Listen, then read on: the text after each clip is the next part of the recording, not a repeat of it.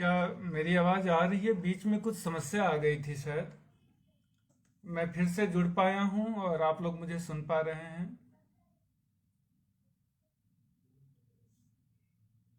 अ, बीच में अचानक अपने आप बंद हो गया फेसबुक। अब वो फेसबुक के कारण हुआ है या किसी और कारणवश हुआ?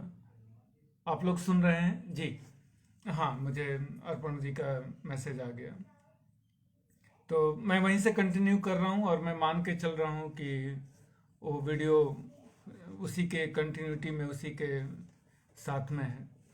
तो मैं ये कह रहा था कि जीवन की प्रामाणिकता की तलाश, मूल की तलाश विष्णु जी अक्सर करते थे। जैसे मान लीजिए कि उनको नजरुल पर कुछ लिखना हो तो वो चार किताबें पढ़कर काजी नजरुल इस्लाम को समझने के पक्षधर नहीं थे, बल्कि इसके लिए वे बंगाल गए, खुद नजरुल साहब से मिले।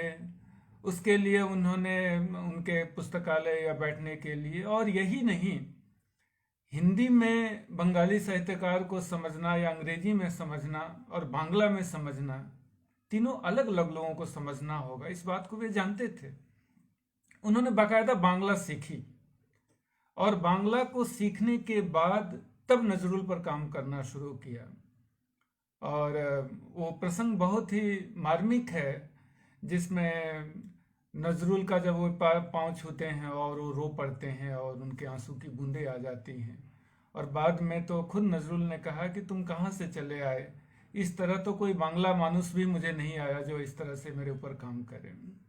रजत जी जुड़ गए हैं। रजत जी नमस्कार। मुझे उम्मीद है आप तक मेरी आवाज़ पहुंच रही होगी।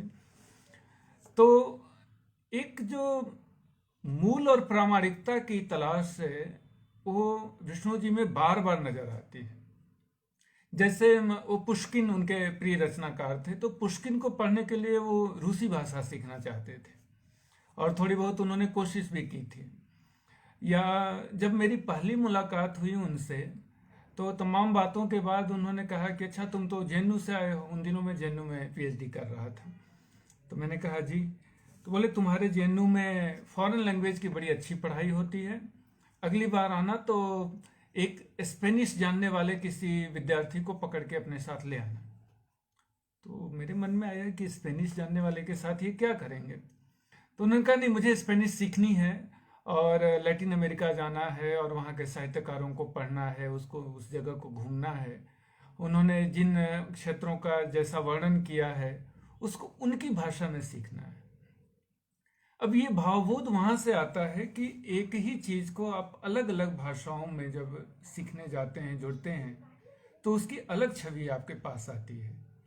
क्योंकि किसी एक शब्द, मान लीजिए कोई ऐसी चीज होगी जिसके लिए दूसरी भाषा में शब्द ही नहीं है, तो वो भाव आप कहाँ से ले आएंगे, वो संस्कृति कैसे आप पकड़ेंगे।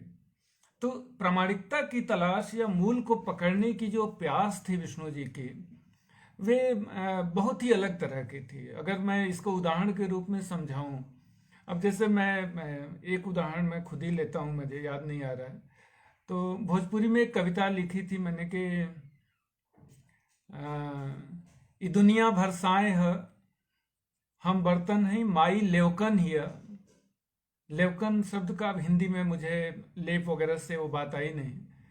तो ई दुनिया भरसाए है, हम बर्तन हैं माई लेवकन हिया, हर बार उहे जरेले हमार चमक बचल रहेला या बनल रहेला।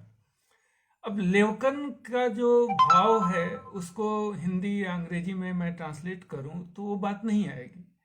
ये बातें विष्णु जी बड़े करीबी से, बहुत बहुत करीब से ही नहीं, बहुत शिद्दत से इस बात को महसूस करते थे।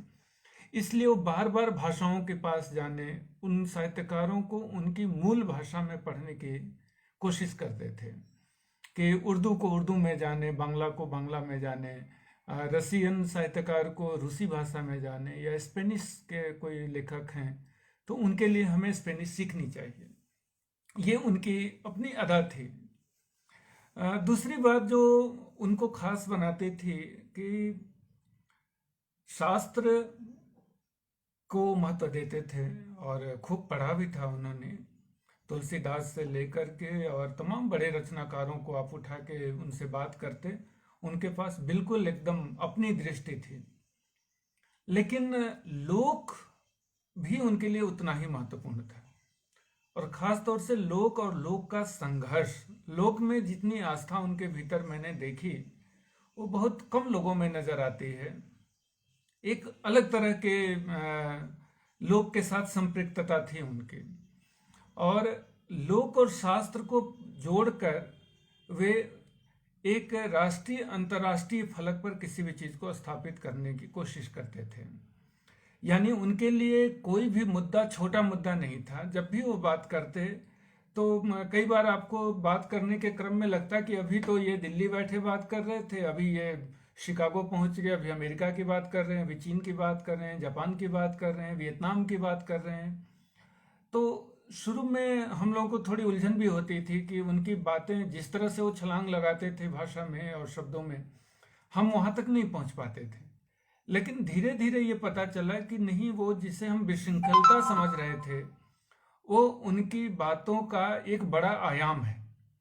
यानी वो एक अंतर्राष्ट्रीय फलक पर रख कर के चीज़ों को देखना चाहते हैं, या एक बड़े रूप में चीज़ों को रखना चाहते हैं, इस बात का पता चलता था। इसके साथ ही अक्सर हमारी हिंदी साहित्य में है या दूसरे साहित्य में भी होगा कि एक तथाकथित मुख्य धारा बन जाती है और उसके साहित्यकार बड़े साहित्यकार मान ले जाते हैं, उनकी चर्चा ज़्यादा होती है। उनके समानांतर बहुत सारे लोग होते हैं जो बहुत उल्लेखनीय भी कर रहे होते हैं, लेकिन वो थोड़े हाशिए पर होते हैं। विष्णु जी, इस बात से कोई मतलब नहीं होता था कि कौन कितना बड़ा है,